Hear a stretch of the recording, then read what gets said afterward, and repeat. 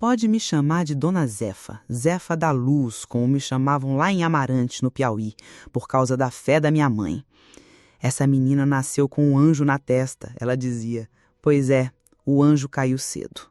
E se quebrou tudo. Tem 86 anos hoje, mas tem coisa que a gente carrega como se tivesse acontecido ontem. Tem cheiro que não sai nem depois de 1000 banhos de sal grosso. E tem palavra que, desce rasgando igual pedra na goela. Essa história que vou contar é uma dessas. E não é bonita. Mas é minha. E tem que sair. Porque guardar certas memórias é como dormir com um rato dentro da gaveta. Eu nasci ali mesmo, em Amarante, naquela beira de rio onde o povo adora um sermão gritado e uma fofoquinha bem feita. Cidade pequena, dessas que se você espirra, no outro dia já tem oração marcada para te libertar. Lá Deus era mais falado que o preço da farinha. Minha mãe era dessas, fervorosa.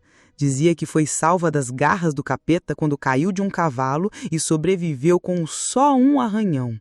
Partir dali, virou discípula fiel da igreja evangélica da esquina, que de esquina não tinha nada, porque tomava quase metade do quarteirão com aquele barulho de tambor e grito.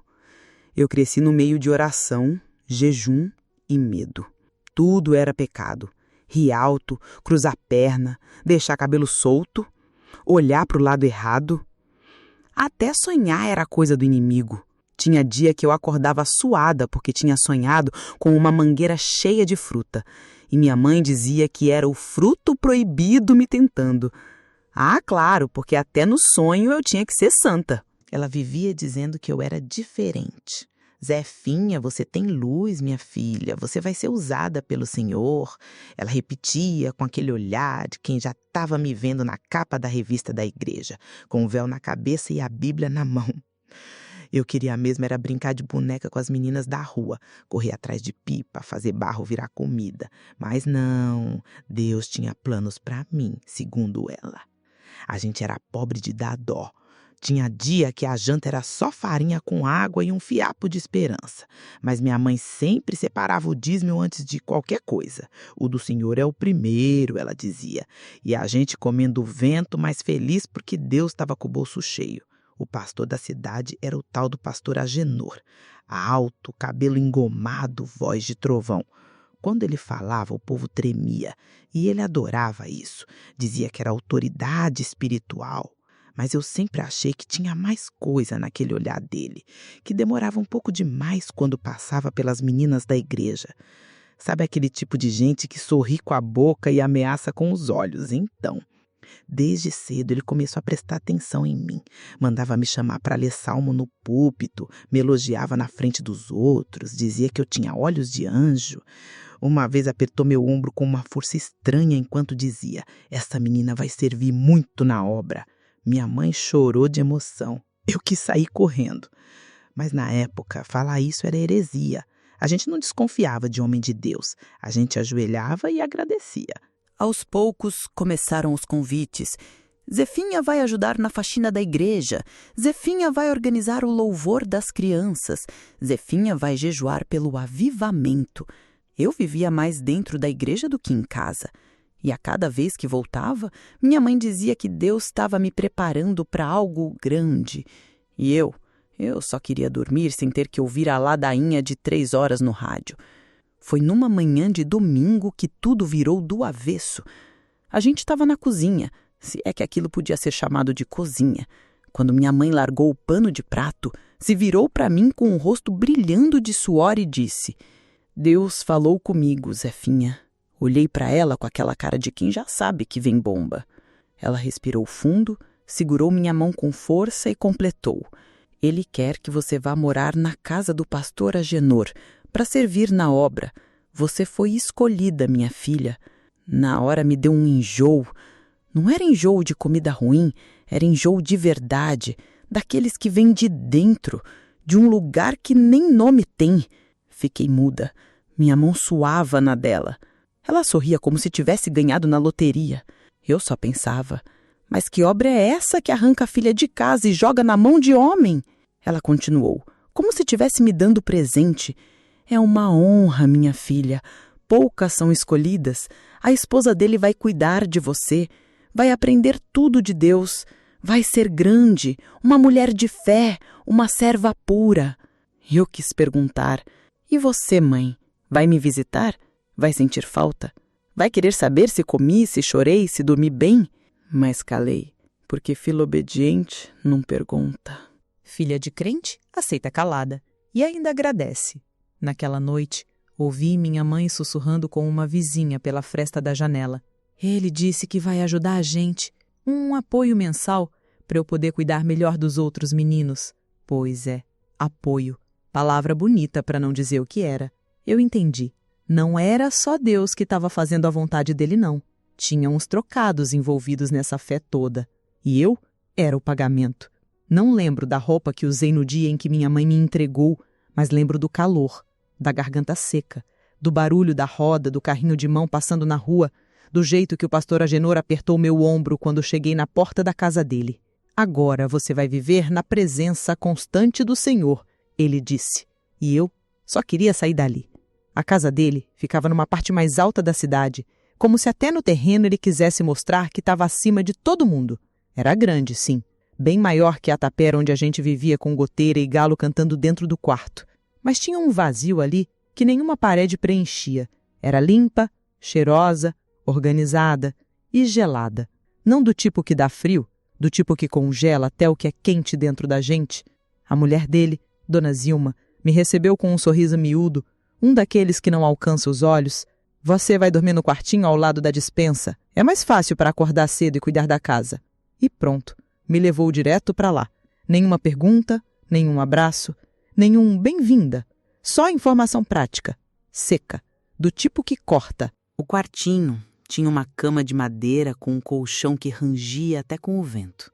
Uma Bíblia aberta em cima da cômoda num salmo que eu nunca li direito. E um jarro de barro com água que cheirava a pedra. Tinha também um crucifixo pregado na parede, mas de um jeito torto, como se tivesse cansado ou triste. Na primeira noite, o jantar foi arroz com ovo. Silêncio na mesa. O pastor agradeceu pela minha chegada, disse que a obra de Deus exige sacrifícios e que quem abre mão da família em nome do reino será grandemente honrado. A esposa assentiu com um sorrisinho de canto, sem levantar a cabeça, e eu mastigava com dificuldade, fingindo que não sentia um nó no estômago. Quando acabou a refeição, ele se levantou, impôs as mãos sobre a minha cabeça e orou. As palavras eram bonitas, mas o tom da voz me dava medo. Tinha uma força esquisita ali. A mão dele pesava. Ficou mais tempo que devia. A oração parecia não acabar nunca. Senhor, que esta menina se torne pura diante de ti. Que cada parte do corpo dela sirva à tua obra. Quase engasguei com a saliva. Quis abrir os olhos, mas me lembrei do que minha mãe dizia. Fecha os olhos para o Senhor. Abre só para a Bíblia. A noite caiu como uma cortina de cimento. A casa ficou em silêncio, mas não era um silêncio de paz.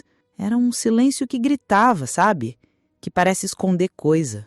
Fiquei no meu quartinho deitada, ouvindo o som da água gotejando na pia da cozinha, e cada gotejo era como um aviso. Você não está em casa. Você nunca mais vai estar em casa. Pensei nos meus irmãos, na minha mãe, no cheiro da nossa panela queimada. Pensei que talvez eu fosse morrer ali e ninguém ia notar. Ou, pior, iam notarem e iam dizer que foi o propósito divino. De manhã a rotina começou. Acordava com o som do rádio tocando hinos, jejum até o meio-dia, oração ajoelhada no chão, leitura dos livros sagrados, lavagem da varanda, banho frio, nada de conversa. Dona Zilma me olhava como se eu fosse uma vassoura encostada. Só falava quando era para mandar fazer algo. Nunca um "como você tá?", nunca um "sentiu saudade de casa?". Ela era tipo sombra. Tava ali, mas não aquecia, não fazia barulho, só aparecia quando o sol batia. Na terceira noite ele me chamou. "Vim aqui, filha. Precisamos conversar. uma orientação especial. A voz dele era mansa, mas não era calma. Era doce, do tipo que dá dor de barriga. Fui. A sala estava escura, só com um abajur aceso. Ele me mandou sentar num banquinho. Ficou de pé atrás de mim. Começou a falar de pecado, de santidade, de obediência. Disse que meu corpo agora era templo, que tinha que ser preparado, que muitas meninas não tinham o privilégio que eu estava tendo. Falava perto demais. A respiração dele batia na minha nuca, a mão pairava no meu ombro, mas sem encostar, ou encostando só o suficiente para eu me fazer querer sumir dali. Mandou eu repetir umas frases, coisas como: meu corpo é do Senhor, eu sou vaso de honra, eu me submeto à autoridade espiritual. E eu repetia, porque não repetir era pecado, e pecado lá era motivo de jejum de 3 dias trancada no quartinho. Eu repetia, mas por dentro gritava. Sentia vergonha, mas não sabia de quê. Medo, mas de quê exatamente? Ele não fez nada, ninguém encostou em nada. Só ficou ali, dizendo que estava me preparando para ser usada por Deus. Usada era a palavra que ele mais repetia. E cada vez que ele dizia, eu sentia um gosto ruim na boca, tipo quando a comida azeda e você engole mesmo assim. Quando terminou a orientação, ele sorriu. Disse que eu estava avançando na fé. Me deu um livro com a capa dourada e um marcador de cetim vermelho. Mandou eu ler os capítulos sobre pureza e submissão. Eu agradeci.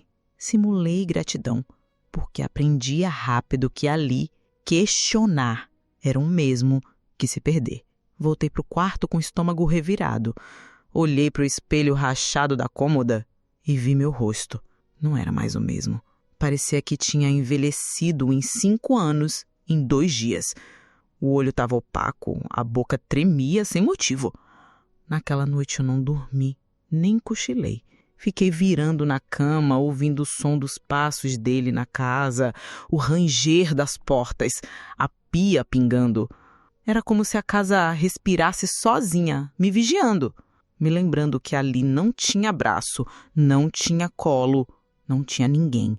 A única coisa que tinha era a Bíblia aberta no mesmo salmo de sempre.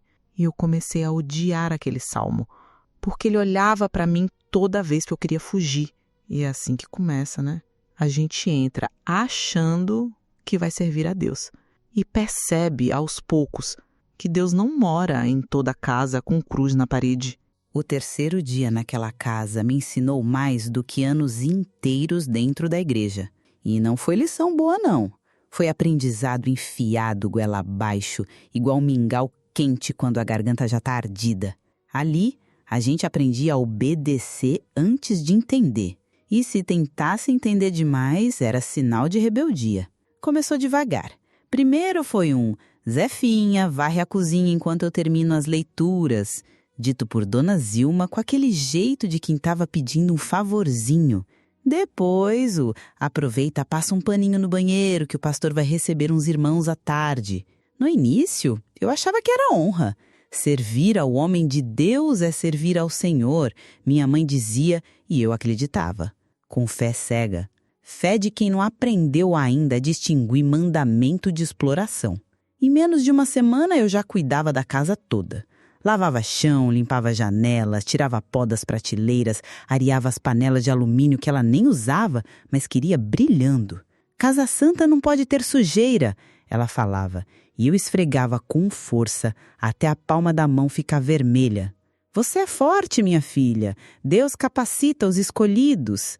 Eu ouvia isso toda vez que o corpo dava sinal de cansaço. O bebê deles, um menino gordinho de olhos sempre remelentos, vivia chorando. Era só abrir a boca que o grito vinha junto.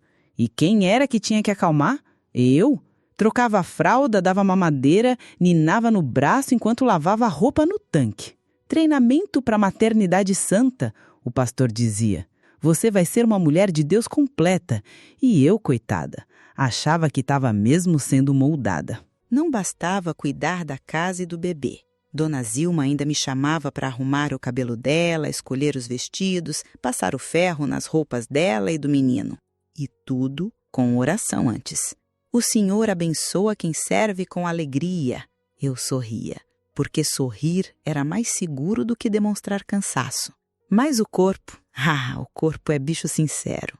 Começou a dar sinais. Dor no braço, nas costas, na sola do pé. Um dia sentei na beira do degrau por 3 minutos, só para esticar as pernas. Ela apareceu no corredor com a cara dura igual tampa de panela e disse: Zefinha, você pediu permissão para sentar? Eu gelei. Levantei na hora, pedi desculpa, disse que estava errada. Ela me olhou de cima a baixo, cruzou os braços. Descanso é pecado da preguiça. Você quer ser instrumento ou pedra de tropeço? Fiquei sem saber o que responder. Fiquei muda, igual burro que apanha sem entender. E ela completou: quem é vaso do Senhor aguenta, luta, persevera, não se dá o luxo de descansar. Sentar sem permissão é falta de temor. Vai orar até entender isso. E eu fui. Me ajoelhei no quarto, os joelhos já calejados de tanto chão. Chorei. Mas não chorei de raiva nem de tristeza. Chorei de culpa, de vergonha. Eu acreditava que tinha errado, que tinha ofendido a Deus por querer descansar. E mais ainda, pedi perdão para ela, como se fosse crime mortal. E aí, vinha o prêmio. No outro dia, ela me deu um doce de goiaba. Você se redimiu, foi obediente, o Senhor se alegra contigo. E eu chorei de emoção.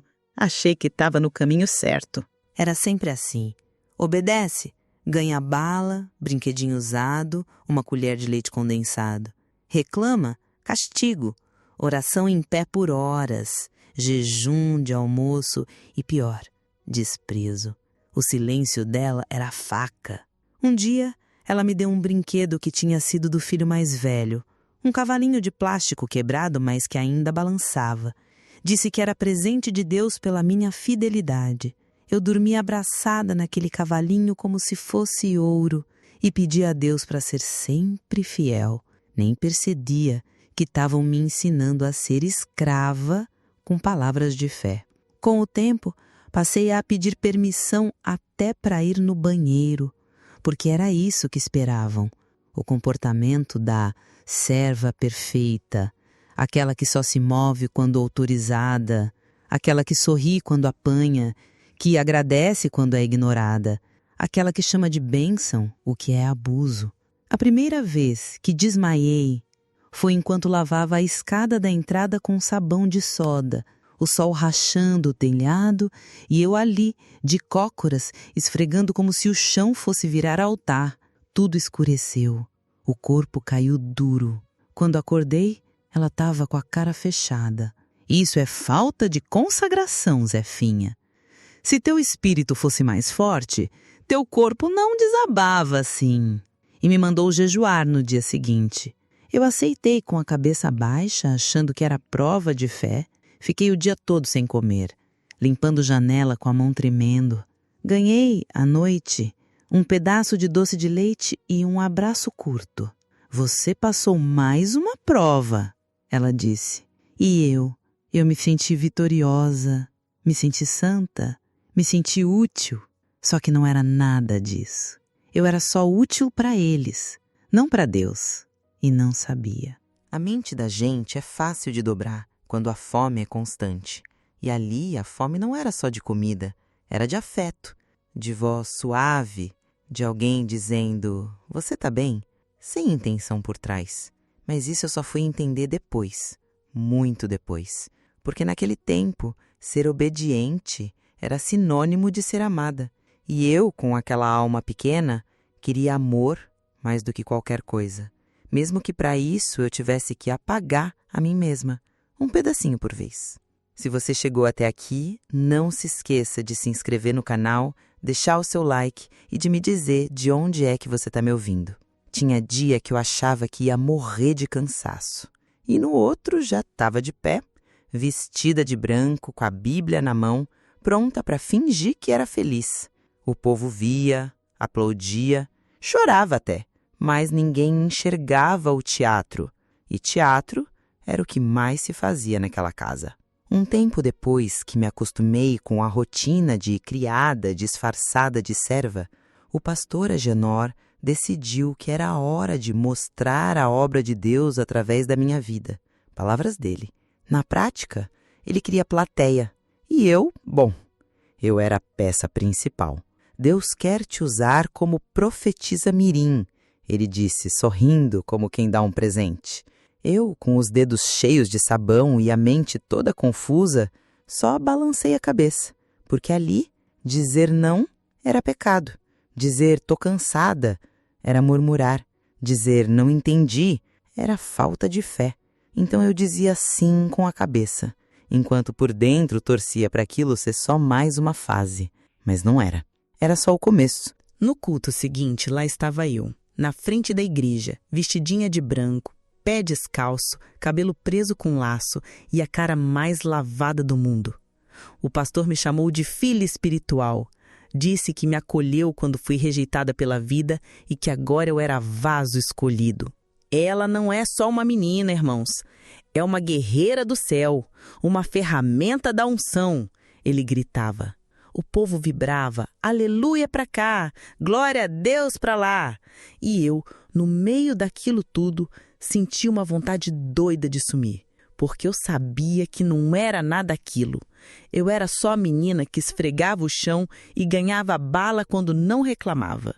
Depois dos gritos e palmas, ele me puxou para o meio do altar e cochichou. Vai, faz como eu te ensinei, fala em línguas. Línguas. Ah, essa parte, a tal língua dos anjos. Ele me ensinava de noite no escritório, mandava repetir umas palavras estranhas, ditas rápido, meio enroladas. Reblachei de cantará, labachúria, e por aí ia. No começo eu travava, mas ele insistia. Isso é unção, não tem que entender, só sentir. Só que nem ele entendia, era tudo decorado. Um monte de sílaba colada, palavra inventada misturada com um suspiro forçado. E eu repetia, porque tinha que repetir. E o povo caía no chão, chorava, se abanava com a Bíblia, achando que estava vendo o Espírito Santo descer. Na minha cabeça, eu só queria estar dormindo, ou pelo menos lavando roupa. Qualquer coisa era melhor que aquilo. Um dia, no meio de um desses cultos, ele fez eu impor as mãos numa mulher chorando. Mandou eu gritar umas palavras e cair no chão como se tivesse sido tomada pela glória. Fiz tudo como mandado. A mulher desabou, o povo gritou e o pastor, ele sorriu, satisfeito, como se tivesse colocado uma boneca no palco e ela tivesse feito direitinho a coreografia. Depois do culto, ele me deu um chocolate. Disse que Deus estava feliz e me abraçou com uma força estranha, daquela que aperta só de um lado do corpo. Eu agradeci, com um doce na mão e o estômago embrulhado. Mas teve um dia que eu cansei. Foi num sábado. Eu estava com febre, o corpo moído. Não conseguia nem segurar direito a Bíblia. Quando ele me chamou no altar, eu disse que não conseguia. Baixei a cabeça e falei baixinho. Não quero mentir para eles. Tô cansada. Isso não é de verdade. O olhar dele gelou. Na frente do povo ele disfarçou. Sorriu, disse que a profetisa estava sendo provada e pediu oração por mim. A igreja, claro, se ajoelhou. Oraram alto, como se o demônio tivesse morando no meu baço. Naquela noite, não teve janta. Dona Zilma disse que eu estava em jejum forçado pelo espírito. Mas o espírito, que eu saiba, não tranca dispensa. Fiquei o dia seguinte inteiro sem comer. O bebê chorava. Eu ninava com o braço mole. Troquei fralda, tremendo de fome. Quando fui sentar 1 segundo na cozinha, ouvi a voz dele. Profeta que recua não merece pão. Voltei para o quarto, deitei no chão porque o colchão estava quente demais. A barriga roncava, a cabeça girava. E ainda me culpei. Achei que tinha mesmo ofendido a fé de todo mundo. Que talvez fosse o inimigo, tentando me tirar do caminho. A culpa era o pior castigo, porque a fome uma hora passa, mas a culpa fica, rói devagarinho como cupim em madeira velha. Na semana seguinte, voltei a subir no altar. Falei em línguas, orei por uma criança com febre, fiz o povo se arrepiar. Ganhei uma bonequinha velha e um pedaço de bolo. Ele disse que Deus tinha me perdoado. E eu chorei, agradecida. igual cachorro que apanha e depois lambe a mão. Só que alguma coisa dentro de mim começou a rachar. Ainda que eu não soubesse dar nome, já entendia. Aquilo não era fé, era vitrine. Eu era só um bibelô sagrado que ele mostrava para ganhar mais aplauso. E quando não funcionava, ele quebrava e guardava. Mas eu ainda achava que a culpa era minha. E é isso que dói mais. Saber que durante muito tempo eu mesma fui minha pior inimiga. Já fazia mais de um mês que eu vivia naquela casa quando aprendi a diferença entre medo e pavor. Medo é quando você treme por dentro, mas ainda acha que pode correr. Pavor é quando o corpo congela, quando até o pensamento fica mudo. E a única coisa que se ouve é o próprio coração se debatendo feito passarinho preso em gaiola. Naquela noite, eu não consegui dormir. Tava com a cabeça fervendo, o corpo doído, as mãos cortadas de tanto lavar roupa no tanque com sabão de soda. O ventilador fazia um barulho seco igual tosse de velho. Era verão em Amarante, e o calor grudava na pele como castigo. A casa inteira estava quieta. Só dava para ouvir o som da geladeira estalando de vez em quando e um cachorro latindo longe. Já era bem tarde quando bateram na porta do meu quarto. 2 batidas, secas. Zefinha, venha, Deus quer falar com você. A voz dele, pastor Agenor. Calma, baixa, mas com aquele tom que não deixava espaço para recusa. Levantei devagar, com os joelhos estalando, e fui. Ele estava no escritório. Luz baixa, cheiro forte de óleo de unção, a Bíblia aberta em cima da mesa, marcadores vermelhos, copo de vidro com um restinho de suco e uma toalhinha branca do lado. Senta aqui, filha. O Senhor revelou algo importante para sua vida. Sentei no banquinho que ele apontou. Ele não estava com a roupa normal de pastor. Usava uma camisa simples de botão e calça frouxa. Estava descalço. A pele da testa brilhava de suor. Ele começou a falar de pureza, de sacrifício, de entrega total. Disse que às vezes o pecado se esconde onde a gente nem sabe, que só a unção completa purifica a alma da mulher que Deus escolheu. Tem pecado que só sai com óleo, Zefinha, e você precisa ser completamente liberta. Abriu um frasco de vidro âmbar. O cheiro era enjoado, grosso, forte demais. Disse que ia ungir minha cabeça, meus ombros, meus joelhos, e que eu precisava aceitar tudo sem resistência, porque o Espírito Santo não gosta de rebeldia. Eu fiquei parada, dura, o coração já disparando, a boca seca. Quis dizer não, mas a boca não abriu, porque dizer não para ele era dizer não para Deus. Pelo menos era isso que tinham me ensinado. Ele começou com a testa, depois os ombros. A mão dele tremia, ou era a minha visão que já estava borrando. Fecha os olhos, filha. Não deixe o inimigo atrapalhar. Fechei. Só que o corpo sentia e doía. Cada lugar onde o óleo tocava parecia que queimava. Ele dizia palavras que eu já tinha ouvido antes, mas naquela hora pareciam distorcidas, como se a voz tivesse vindo de um lugar sujo. A mão dele escorregou. Demorou demais. Tocou onde não devia. Parou onde não podia. E eu entendi. Ali não tinha Deus nenhum. Só ele. Só ele e a respiração pesada. Minha garganta travou. Mordi o ombro com força, com tudo que eu tinha. Para não gritar. Para não fazer barulho. Para não deixar sair aquilo que fervia dentro de mim. Não sei quanto tempo passou. Só sei que quando terminou, ele pegou a toalhinha branca, limpou as mãos, olhou para mim com um sorriso tranquilo e disse: agora você está livre, lavada, pura como um vaso novo. Voltei para o quarto andando torto, como se as pernas não obedecessem mais. Deitei no chão, nem cheguei na cama. Abracei o travesseiro velho e deixei o silêncio me engolir. Não chorei, não naquela hora. Meu corpo não sabia mais como fazer isso. Na manhã seguinte, acordei com a voz dele no púlpito. Irmãos, Deus nos deu uma pérola. Essa menina, Zefinha, é um exemplo de entrega, uma serva verdadeira, um vaso de honra, um presente para essa igreja. As palmas vieram como pedrada no meu ouvido. A mulher do banco da frente gritava "Glória a Deus!", enquanto eu, sentada no fundo, senti o cheiro do óleo ainda grudado na pele. Ele me olhou do altar, com aquele olhar de pastor, aquele olhar de santo. E sorriu, e o povo respondeu com mais aplauso. porque ninguém ali via nada. Ninguém ali ouvia o que meu corpo gritava em silêncio. Depois do culto, uma irmã veio me dar um doce. Deus te ama muito, viu? Nunca vi uma menina tão obediente. Eu sorri, o sorriso mais mentiroso que um ser humano pode dar. E agradeci, porque naquele lugar até o agradecimento era obrigação. Foi num domingo abafado que ela chegou. A cidade inteira já estava falando que o pastor estava em festa, que a filha perdida tinha voltado, que Deus é bom e trouxe a ovelha para o aprisco outra vez. Mas bastava olhar no rosto dela para saber que de ovelha ela não tinha nada. Era fera ferida, daquelas que aprendeu a se calar com grito e se proteger com farpa. O nome dela era Rejane, Rejane do Agenor, como cochichavam as senhoras da igreja. Mas ela nunca assinou esse sobrenome, nem quando era mais nova, nem agora, que voltava com uma sombra da moça que um dia foi. A primeira vez que eu vi Rejane foi na varanda da casa com um copo de suco na mão e o olhar perdido lá longe, por cima dos telhados da cidade. Estava de short jeans e camiseta frouxa, roupa que se fosse eu usando já estava ajoelhada em jejum há 3 dias. Mas ninguém ousava tocar nela, nem a mãe, nem o pai, principalmente o pai. Ela não orava, não lia a Bíblia, não participava dos cultos.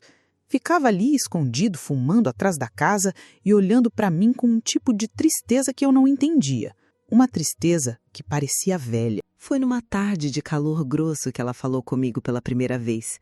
Eu estava lavando os panos de chão na lavanderia e ela apareceu com um prato de manga cortada. Toma, Zefinha, come uma antes que desmanche no sol.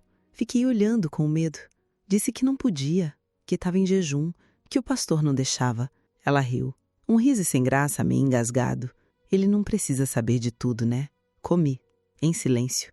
Ela ficou ali, sentada no chão, me olhando, e perguntou, de leve, você tá bem? Me engasguei com a manga. Ninguém nunca tinha perguntado isso, pelo menos não com aquele tom. Abaixei a cabeça e disse que sim. Ela não acreditou, mas não insistiu. Nos dias seguintes, ela começou a me chamar para conversar escondido. Ficava na varanda à tarde, quando a casa cochilava, e me chamava baixinho. Vem cá, senta comigo. A gente falava de nada, do tempo, das vizinhas, do cachorro da casa da frente. Mas ela sempre voltava para mim com os olhos firmes e dizia, eu sei o que você passa. E eu fingia que não entendia, porque entender era perigoso. Teve um dia que ela estourou. O pastor estava no púlpito, fazendo mais uma daquelas pregações que parecia um grito disfarçado de bênção, quando ela levantou do banco e falou alto, na frente de todo mundo. Falar é fácil. Quero ver viver o que prega. A igreja inteira gelou. O pastor parou. A mãe fingiu que era crise de fé. Mas ele ficou com os olhos acesos. E eu vi o medo dele. Porque ela sabia. E ele sabia que ela sabia. Naquela noite, ela me chamou no quartinho, fechou a porta e falou baixo, perto do meu rosto. Eu vou tirar você daqui, Zefinha. Escuta o que eu tô te dizendo. Eu sei o que ele faz. Eu sei porque ele fez comigo também. E eu não consigo ver isso acontecer de novo. Ela chorou. Um choro seco, contido, daqueles que a lágrima quase nem sai. E eu, pela primeira vez em muito tempo, senti uma esperança tão miúda que até doeu. Mas esperança naquela casa era visita, não era moradora. Na madrugada seguinte, acordei com um barulho. Gritos, não de briga, de discussão, de raiva contida, voz de homem furioso, voz de mulher respondendo. Depois silêncio, um silêncio tão repentino que parecia mentira. Fiquei encolhida debaixo do lençol, o corpo travado. Na manhã seguinte, Regiane não estava. Nem o copo de suco, nem o cigarro no canto da varanda, nem os olhos tristes me esperando. Quando perguntei, Dona Zilma respondeu seca. Foi enviada para uma missão. O Senhor chamou. Missão. Palavra bonita para quem some do nada. Na igreja, o pastor falou com lágrimas nos olhos. Deus levou minha filha para um chamado maior. Orem por ela, irmãos. E a cidade? A cidade acreditou, porque quando é homem de Deus falando, ninguém pergunta, ninguém investiga, ninguém quer saber.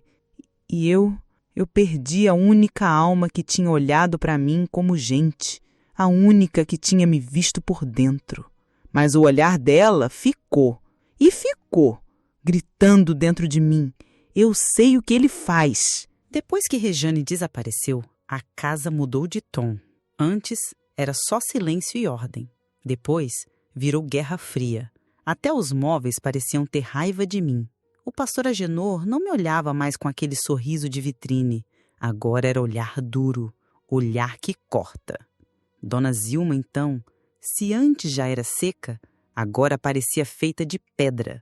Passava por mim como se eu fosse mosca. Só abria a boca para mandar ou punir. Disse que o desaparecimento da filha foi uma tristeza causada pela má influência que ela recebeu.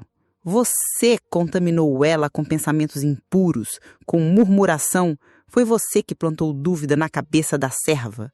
Fiquei muda, porque ali cada palavra podia ser usada contra mim. E aí veio o castigo. Começou com jejum de verdade. 3 dias seguidos com só água e uma colher de arroz no fim do dia. Depois, oração em T por horas, com a testa encostada na parede. Se dormia em pé, tomava bronca. Se chorava, diziam que era o demônio saindo. Não me deixavam ir à igreja. Diziam que eu estava impura, em rebelião, que o povo de Deus precisava se proteger do meu olhar contaminado.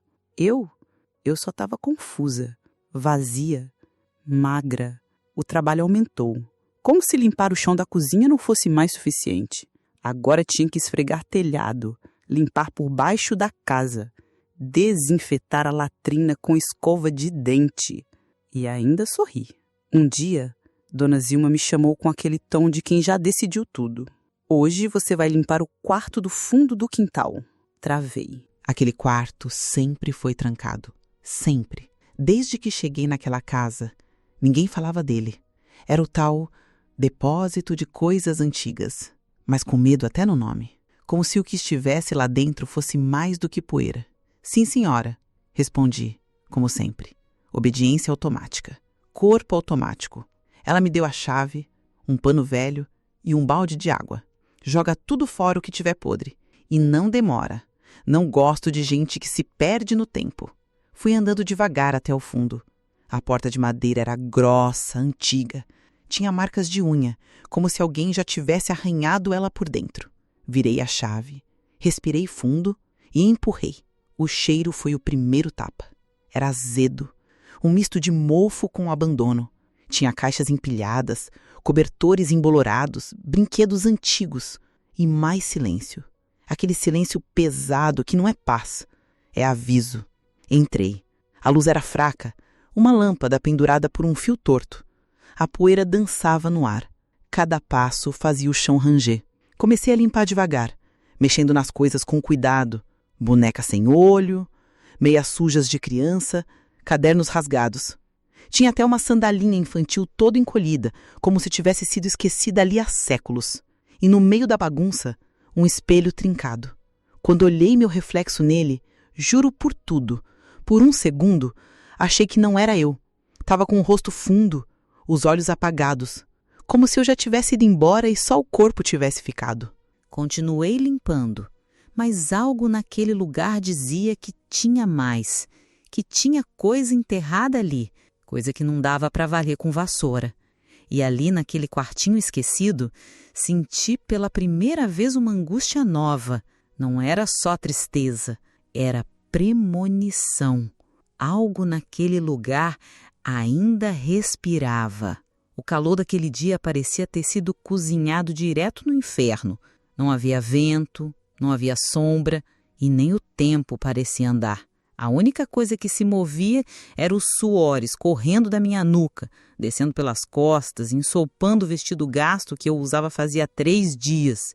A água no balde já estava turva, fedendo a pano velho, e eu ali, dentro do quarto do fundo, o tal lugar proibido que agora parecia não ter mais dono, só pó e silêncio. No dia anterior, eu tinha dado uma primeira geral no espaço, só tirando o grosso. Mas aquele era o dia da limpeza de verdade, como Dona Zilma mandou. Me olhou com a cara de quem entrega uma sentença, com os braços cruzados e aquele tom de desprezo que ela carregava como perfume. Hoje termina tudo, viu?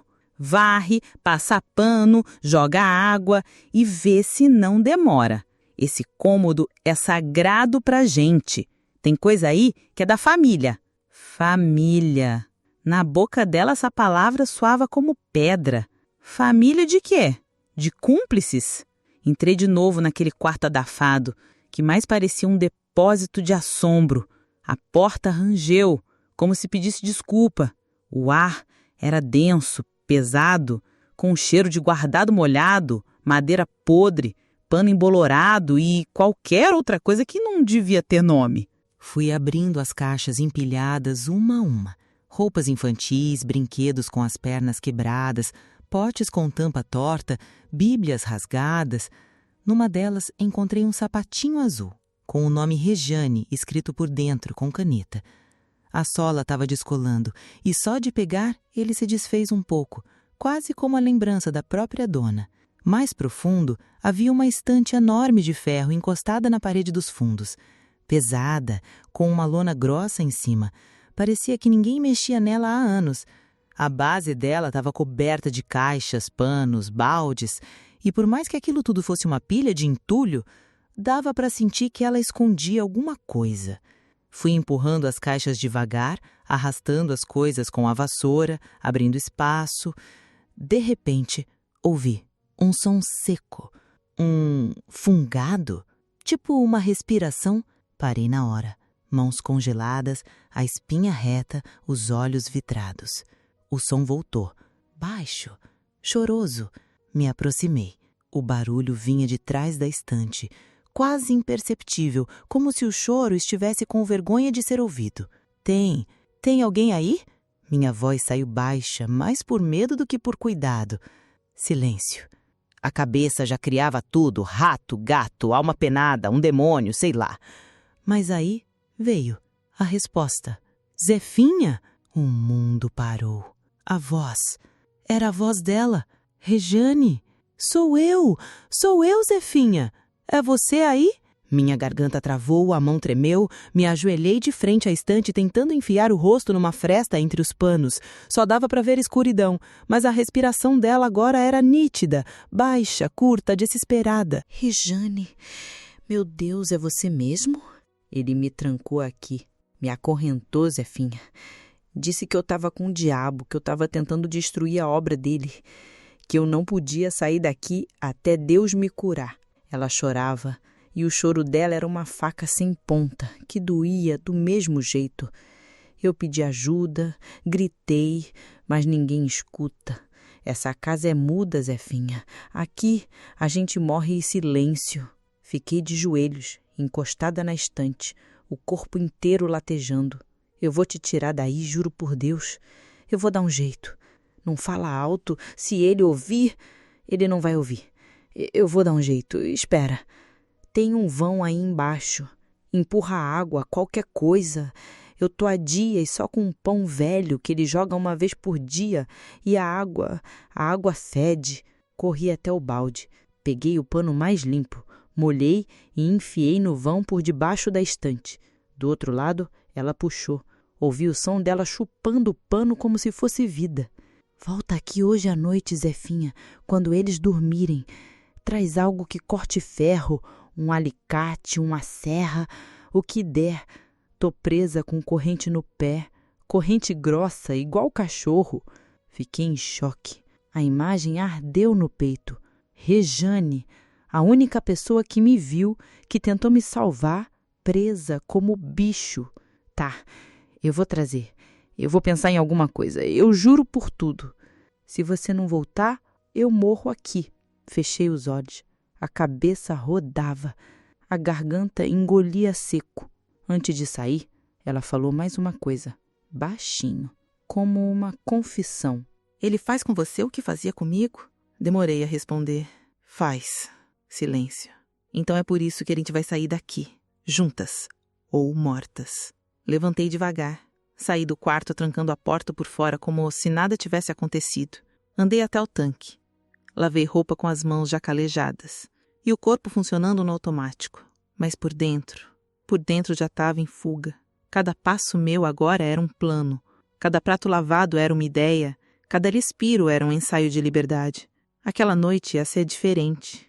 Porque se eu não fizesse nada, eu virava mais uma esquecida naquele quartinho do fundo. E talvez, na próxima limpeza, fosse meu nome escrito no sapato. A faca que roubei da cozinha não era grande. Era daquelas de cortar carne assada com o cabo de madeira rachado e a ponta meio torta. Enfiei por dentro do vestido, enrolei com um pano e amarrei com um cinto velho por baixo da cintura. Doía para andar, espetava a pele, mas era a única arma que eu tinha. Esperei a casa dormir como quem espera o tempo parar. Cada passo da dona Zilma ecoando pela sala parecia um trovão. Quando ela enfim apagou a luz do quarto e o som do ventilador começou a roncar, soube que o corpo dela tinha se rendido. O pastor Agenor demorou mais. Ficava andando pela casa como um cão farejando culpa, até que ouvi o estalo da porta do quarto dele se fechando. Esperei mais uma hora só com o ouvido ligado no som do relógio da parede. Depois levantei devagar. As pernas tremiam. Fui até o fundo da casa, descalça, vestida com a roupa mais leve que tinha. Abri a porta da cozinha com cuidado, sem acender nada. O caminho até o quarto do fundo parecia mais longo do que de manhã. O silêncio gritava. A noite cheirava a poeira e bicho escondido. Quando destranquei a porta do quartinho, a luz da lua entrou pelas frestas da telha quebrada. Lá dentro, a escuridão era densa, mas já não me assustava. Rejane estava sentada no canto, o rosto sujo, o cabelo grudado na testa, os olhos fundos. — Você veio! Ela sussurrou, quase sem acreditar. Eu prometi. Ela sorriu. Um sorriso rachado, cheio de dor. Me ajoelhei ao lado dela e tirei a faca de dentro da roupa. Ela apontou a corrente que prendia o tornozelo à barra de ferro da parede. Era grossa, mais do que eu imaginava. Estava vermelha de ferrugem e coberta de sangue seco. A pele dela ao redor da argola estava ferida, roxa, em carne viva. Comecei a serrar, com calma, com medo. O metal raspava na lâmina com um som agudo, irritante. A cada movimento, a faca esquentava e minha mão suava. — Vai dar certo. Eu repetia mais para mim do que para ela. O som era baixo, mas não o suficiente. Um estalo alto, a faca escorregou. — Ai! Ele gemeu, e eu tapei a boca dela na hora. Ficamos imóveis. O som do gemido parecia ter batido nas paredes e voltado amplificado. Lá longe, dentro da casa, ouvi a cama ranger. — Anda, Zefinha, corta, pelo amor de Deus! Voltei a serrar. A lâmina tremia. Rejane mordia o próprio braço para não gritar. O cheiro de ferro queimado misturado com sangue enchia o ar. Quase vomitei. Até que, de repente, a corrente estalou, quebrou. Ela engasgou com o próprio choro. Caiu para frente com a perna falhando. — Levanta. A gente precisa ir agora. Puxei ela com tudo que eu tinha. Saímos do quarto e correndo, com ela mancando, apoiada no meu ombro. A perna sangrava, mas ela não soltava um pio. O corpo inteiro dela parecia feito de nervo e teimosia. Quando atravessamos o quintal, a porta da casa abriu. — Zefinha? A voz do pastor. Olhei para trás. Ele estava na porta, só de cueca, com a cara inchada de sono e o olho estreito. — O que você está fazendo aí? Não respondi. Só corri. Rejane veio comigo, tropeçando no chão de terra, o corpo inteiro curvado. Chegamos no portão. Estava fechado com corrente. — Me dá, ela disse, e pegou a faca da minha mão. Com força, meteu a lâmina na tranca. 1, 2 vezes, a corrente não quebrou. — Anda, anda! Eu chorava. E então, ela chutou o portão com tudo. O barulho foi imenso. — Rejane! O grito dele cortou a noite. O portão cedeu. Saímos correndo pela rua deserta. As luzes estavam apagadas. A cidade dormia, como sempre dorme quando devia estar acordada.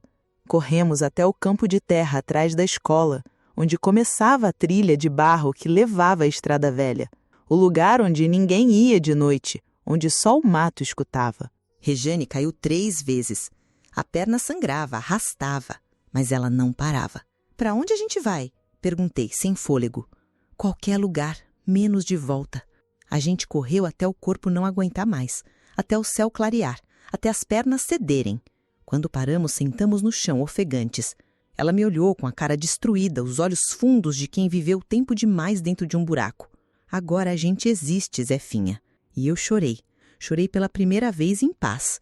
Porque ali, no meio do mato, sangrando, suja, sem nada, pela primeira vez eu era livre. A estrada era de terra batida, mas cada passo parecia afundar num chão de caco de vidro. Rejane ia mancando, pendurada no meu ombro, e eu tropeçava, tentando segurar o peso dela e o meu medo ao mesmo tempo. O céu já estava começando a clarear, mas parecia que a noite ainda não tinha terminado dentro da gente. Quando chegamos no asfalto da estrada velha, Rejane caiu de joelhos. A perna dela estava enfaixada com a barra do meu vestido, o sangue já tinha atravessado o pano. A boca tremia. A mão dela apertava meu braço como quem segura a vida com força. Não posso mais, ela sussurrou. A gente não volta nunca mais, eu disse, quase que implorando para ela acreditar. A estrada seguia vazia. O sol começava a ameaçar no horizonte, pintando de laranja a linha do mato. Andamos mais alguns metros até que vi ao longe uma casa pequena, de tijolo vermelho sem reboco, com um varal torto e galinha no quintal. Rejane apontou com a cabeça, quase desmaiando. Ali, a Dona Edith. Acho que ela ainda mora aí. Me aproximei da cerca e bati palma, com medo, com vergonha. Já não parecia que eu era gente. O corpo inteiro cheirava a suor, sangue, medo e fuga. Quando a porta abriu, uma senhora apareceu, magra, cabelo branco preso num coque, camisa larga com um nó na cintura e um cigarro apagado entre os dedos. Quem é? Perguntou de longe, com a mão cobrindo os olhos por causa do sol nascente. É a Rejane, filha do pastor Agenor. Ela desceu os 3 degraus da porta como um raio. Meu Deus do céu! E correu até a cerca. Me ajuda! Ela tá machucada. Dona Edith abriu o portão de arame como quem arrebenta o próprio passado. Pegou Rejane pelos ombros, olhou para mim com aquele susto de quem vê uma assombração viva e mandou a gente entrar. Vocês estão vindo de onde? Da casa dele. Ela não perguntou mais nada. Só mandou deitar Rejane no sofá da sala, que era coberto com uma colcha velha de crochê. Trouxe bacia com água, pano limpo e começou a lavar a ferida com mãos que tremiam. Ele prendeu ela. Eu disse, eu cortei. Eu sei o que esse homem é. Ela respondeu, sem olhar para mim. Mas ninguém acredita em mulher que grita, mulher que sangra. Ficamos ali o dia inteiro. Rejane dormiu com febre. Eu sentei na varanda sem conseguir fechar os olhos. Cada barulho de carro fazia meu coração bater na garganta. A cabeça só sabia pensar em uma coisa. E se ele aparecer aqui? À tarde, Dona Edith trouxe pão com margarina e suco de caju. Come, menina. Eu não tô com fome. Ela sentou ao meu lado, acendeu o cigarro e falou com a voz dura. Não é questão de fome, é questão de ficar viva. Comi, em silêncio. À noite, Rejane acordou, os olhos vermelhos, a garganta seca. Quando viu que ainda estava ali, que a correnteza não voltava, que o pai não tinha invadido a casa, ela chorou. Mas foi um choro diferente, um choro de cansaço, de libertação, de raiva engasgada. Ele não vai parar, ele nunca para. Ele é homem de Deus na frente de todo mundo, Zefinha. Eles vão dizer que a gente é ingrata, que a gente foi corrompida, que é mentira. Mas é verdade. E desde quando a verdade importa? Ficamos em silêncio. A noite parecia nos escutar. Naquele quarto pequeno, com cheiro de roupa limpa e fumaça de cigarro, eu percebi uma coisa que doeu mais do que tudo.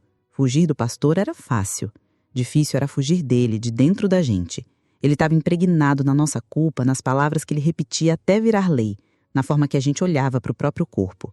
Na voz que dizia que descanso era pecado, que dor era mérito, que silêncio era fé. Nos dias seguintes, Dona Edith nos deixou ficar. Mas não por pena.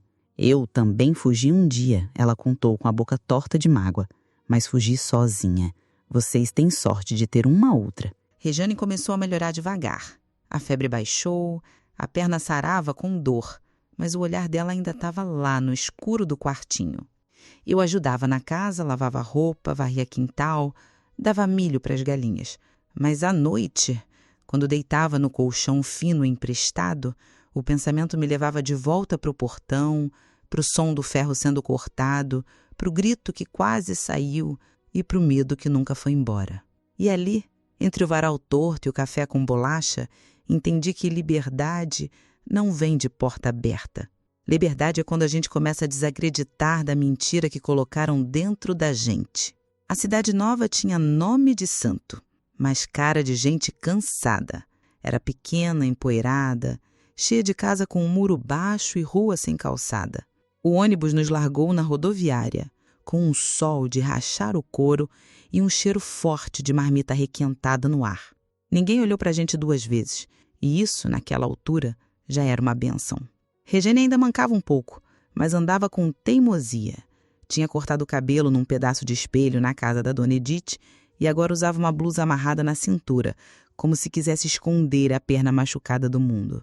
Eu fui junto, muda, olhando para o chão, carregando uma sacolinha com nossas únicas roupas. 3 peças minhas, 2 dela, um par de chinelo e o resto da fé que sobrou. Andamos a pé pelo bairro mais pobre até encontrar uma pensão meia-boca, com azulejo rachado na entrada e uma dona que não fazia muitas perguntas. Disse que podíamos dormir num quartinho do fundo, sem janela, com cama de solteira e colchão fino. Era apertado, quente e cheirava a mofo, mas parecia palácio. 2 noites, depois a gente vê, ela avisou, contando o dinheiro que Rejane tirou do sutiã. Dormi ali como quem dorme em abrigo de guerra, um olho sempre meio aberto, a faca embaixo do travesseiro, o corpo ainda em alerta. Rejane ficou virada para a parede, respirando fundo, como se contasse os segundos para o mundo não acabar. No 2º dia, ela saiu para procurar trabalho. Voltou no fim da tarde com o rosto suado e um sorriso curto. Consegui para mim, num bar, lavando copo. 20 reais por dia e janta. Aquilo era milagre. Chorei baixinho no banheiro. Na mesma semana eu arrumei um bico num mercadinho. Empacotar sacola, varrer chão, arrumar prateleira. Quase desmaiei no primeiro dia, mas fui até o fim. A gente dividia uma marmita quando dava, lavava a calcinha no chuveiro e estendia dentro do quarto com pregador de papelão. Dormia revezando o lado do colchão para não embolorar. E mesmo assim, algo dentro da gente começou a respirar. Naqueles dias sujos e suados, Rejane começou a me ensinar a viver. Me ensinou a andar olhando para os lados, a esconder o medo no olhar, a levantar a voz sem pedir desculpa. Você ainda pede licença para existir, Zefinha. Precisa parar com isso. É que eu não sei fazer diferente. Aprende. A gente aprende tudo, até se proteger. De manhã cedo, antes de sair, ela esquentava a água no fogareiro velho e deixava café feito num copo de requeijão. Às vezes comprava um pão dormido só para ver se eu comia. Cuidava de mim com aquela rudeza de quem nunca foi cuidada. E eu cuidava dela no silêncio. Lavava a roupa dela com carinho, remendava as blusas, colocava sal grosso atrás da porta do quarto e uma fita vermelha na maçaneta porque ouvi dizer que protegia contra olho ruim. Foi ali, naquela espelunca abafada, que comecei a entender o que era ser irmã sem ser de sangue. Que tem gente que nasce da mesma barriga que a gente e vira cova. E tem gente que a vida empurra para o nosso lado no meio da desgraça e vira abrigo. Às vezes, à noite, eu pensava na minha mãe. Não por saudade, mas por espanto. Ela não apareceu, não ligou, não procurou, nem para saber se eu estava viva. E sabe o que é o pior? Eu sabia que se eu aparecesse lá na porta dela, suja, magra, com os olhos pedindo socorro, ela ia me mandar de volta. Ia dizer que a obra de Deus precisa de sacrifício, que o pastor sabe o que faz, que eu devia ter vergonha de fugir do chamado. Minha mãe tinha fé demais e coração de menos. Era do tipo que preferia a Bíblia à filha, que lia os versículos com o mesmo olhar que olhava para mim, buscando o erro. Então não voltei, nem escrevi. Ela que ficasse com o Deus dela. Eu ficava com quem sangrou comigo. Depois de um mês naquele quarto, conseguimos alugar um puxadinho nos fundos da casa de uma senhora idosa que nem ouvia direito, mas sorria toda vez que a gente passava. O lugar era minúsculo, com um fogão de 2 bocas, uma cama de casal e um colchão no chão, a parede descascando e a pia pingando. Mas era nosso. Comprei um pano de prato colorido na feira e pendurei na janela. Rejane achou brega. Eu achei que era lar. E naquele puxadinho, entre panelas emprestadas e sabonete cortado ao meio, a gente começou a lembrar que era possível sorrir sem medo. Ainda doía, mas agora a dor tinha companhia. Passou-se 1 ano. 12 meses contadinhos na parede do puxadinho, riscado com o lápis atrás da porta do banheiro. Cada risco era um não voltamos. Cada semana atravessada era um milagre que ninguém aplaudia, mas que a gente celebrava, com café quente e pão velho. A cidade nova não perguntava muito, e isso era bom. O mercadinho me manteve. Rejane passou de lavadora de copo a garçonete. A dona do bar adorava ela, dizia que era esperta, ligeira, sem frescura. E de fato era. Rejane tinha a paciência de um espinho e o humor de quem já viu o fundo do poço de perto. Mas comigo era outra. Comigo ela virava cuidado, desses que não fazem barulho. Me acordava com pão quente, passava remédio no meu braço quando eu ralava empurrando o carrinho no mercado, fazia cafuné quando eu chorava calada antes de dormir. Às vezes me deixava bilhetinho bobo colado na geladeira. Comprei sabão, não lava sua alma, mas pelo menos as calcinhas ficam limpas. Ou então, se reclamar da janta, dorme com fome. Te amo, pirralha. Ela não dizia te amo com a boca. Dizia com as ações. Dizia com o olhar. Dizia ficando comigo, mesmo quando tudo mandava fugir de gente quebrada. Eu, em troca, cuidava do nosso canto. Varria todo dia. Pendurei cortininha com retalho de lençol na janela. Costurei forro para mesa, mesmo sem ter mesa. Comecei a aprender a cozinhar com vídeos no celular velho. Fiz arroz duro, feijão salgado, mas ela comia tudo, dizendo que era banquete. Um dia eu vou fazer um bolo de verdade, eu prometi uma vez. Faz, mas só se deixar eu raspar a tigela. A gente tinha nossos rituais. Nos domingos, quando as outras pessoas iam para a igreja, a gente fazia faxina ouvindo música alta. Às vezes dançava, às vezes chorava, sempre rindo depois. Regiliane dizia que Deus não devia morar em templo, não, que se ele existisse mesmo, preferia gente que sobrevive do que quem aponta dedo. Ela me deu um presente no meu aniversário, que ela descobriu sozinha, fuçando o meu RG. Era uma cadernetinha com capa vermelha e folhas em branco, para você escrever tudo o que quiser, sem censura, sem pastor lendo por cima. Eu chorei e comecei a escrever. Contos, sonhos, receitas que não davam certo, desabafos. Uma vez escrevi um texto que terminava assim: a gente sobrevive melhor quando tem com quem dividir o silêncio. Ela leu e não falou nada. Só me abraçou apertado. Apertado como se dissesse, tamo junto. Até o fim. A vida era dura ainda. A gente ganhava pouco. Às vezes tinha que escolher entre comprar pão ou sabão. Às vezes o medo batia de novo. Do nada. Um homem com a voz parecida com a dele, uma pregação no rádio, um sonho em que eu ainda estava presa, uma criança com cabelo cortado igual ao dele. Mas agora, quando o medo vinha, ele não achava mais a casa vazia. Ele encontrava 2. A gente fez amigos no bairro, poucos mas fiéis. Uma vizinha chamada Neia, que vendia empadinha e contava piada suja. Um rapaz do mercado que sempre me dava as frutas mais maduras de graça. Um senhor da esquina que nos ensinou a consertar o vazamento da pia. Pela primeira vez, comecei a sonhar. Sonhar de verdade. Sonhar em estudar, talvez terminar o ensino fundamental, aprender a fazer bolo sem errar. Quem sabe trabalhar numa padaria, morar num lugar com janela de verdade. E ela sonhava em esquecer. Eu não quero lembrar mais Zefinha. Não quero mais lembrar da cara dele, do cheiro da roupa dele, da voz. Quero que ele apodreça dentro da minha memória até sumir. E você acha que dá? Não, mas a gente tenta. Um dia de cada vez. Uma noite, acordei com ela chorando baixinho. Acordei sem querer. Ela estava sentada na beira da cama, o rosto nas mãos. Tá doendo? Perguntei. Não, tô só lembrando. Sentei ao lado e segurei a mão dela. Lembrar não é culpa sua. É ele que tem que se envergonhar. Ela não respondeu, mas apertou minha mão como quem segura no escuro. Ficamos assim por um tempo. 2 sobreviventes.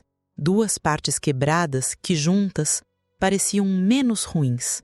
A cidade nova não sabia quem a gente era. Mas pela primeira vez, a gente também não sabia. E isso era bom, porque agora A gente podia escolher. Não ser serva, não ser propriedade, não ser instrumento de obra nenhuma. Agora, a gente era só a mulher tentando viver. E isso, naquele mundo pequeno, já era uma revolução. Tô com 86 anos. Não parece, né? Porque o corpo já me deixou na mão faz tempo.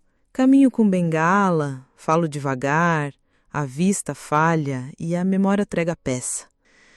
Mas tem coisa que a idade não arranca. E essa coisa, meu filho, é lembrança. A gente acha que vai esquecer com o tempo, que basta mudar de cidade, de casa, de roupa, que a dor se esvai, não esvai, só muda de lugar. Fica ali, quietinha, entre a costela e o coração. Mas com o tempo, aprende a conviver. Depois daquele quartinho com Rejane, a gente passou a vida juntas. De verdade. Não como amigas, não como irmãs. Era mais do que isso. Era como duas sobreviventes do mesmo naufrágio, que só se mantêm de pé porque seguram firme uma na outra. Nunca chamamos de amor, não desses que o povo entende. Era um amor sem nome, sem molde. Um tipo de parceria que só quem já foi pisado entende. A gente se mudou de novo. 3 anos depois da pensão, fomos para uma cidade maior. Lá, com a ajuda de uma assistente social que conheceu nossa história, sem os detalhes feios, claro, conseguimos alugar uma casinha com varanda e jardim. Rejane fez um curso rápido e começou a trabalhar num centro de acolhimento de mulheres. Era boa nisso. Sabia escutar. Eu sei o que é gritar e ninguém ouvir, ela dizia para as meninas novas que chegavam cheias de hematoma na alma. Eu fui vender bolo na rua. Comecei com um carrinho emprestado. Depois, comprei o meu. Abri uma portinha de comércio anos depois. Bolos da Zefa, o povo chamava. Me tornei conhecida sem saber ler bula de remédio. E sabe o que é mais bonito? Ninguém perguntava do passado. A gente viveu simples, sem luxo, sem vaidade, sem muito, mas sem medo. E isso já era tudo. Vi o mundo mudar. Vi o pastor Agenor morrer. Fiquei sabendo por terceiros, claro. Morreu aclamado. Disseram que teve um enterro com mais de 1000 pessoas. Fizeram uma placa com o nome dele numa escola bíblica. Mas eu nem me abalei. Homem que vive de mentira morre decorado, mas é esquecido por quem mais importa. Vi gente duvidar da gente, mas nunca mais me calei.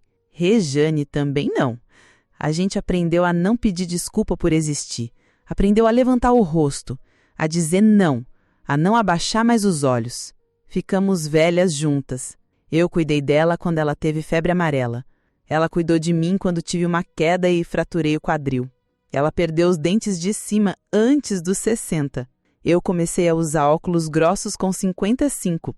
Dividimos escovas de dente, guarda-chuva, coberta. Dividimos a velhice como quem divide um fardo que virou alívio. Faz 5 anos que ela se foi. Câncer. Rápido demais. Dolorido demais. Eu queria ter ido no lugar dela, mas ela olhou para mim na última semana e disse: alguém tem que ficar para contar. E eu fiquei. Não passou um dia sem lembrar dela. Ainda converso com ela, sabia? Às vezes antes de dormir. Às vezes, quando faço café, às vezes, quando a dor aperta, digo que ela faria piada de tal coisa ou que riria do bolo que deu errado. Às vezes, olho a cadeira dela na cozinha e vejo a sombra.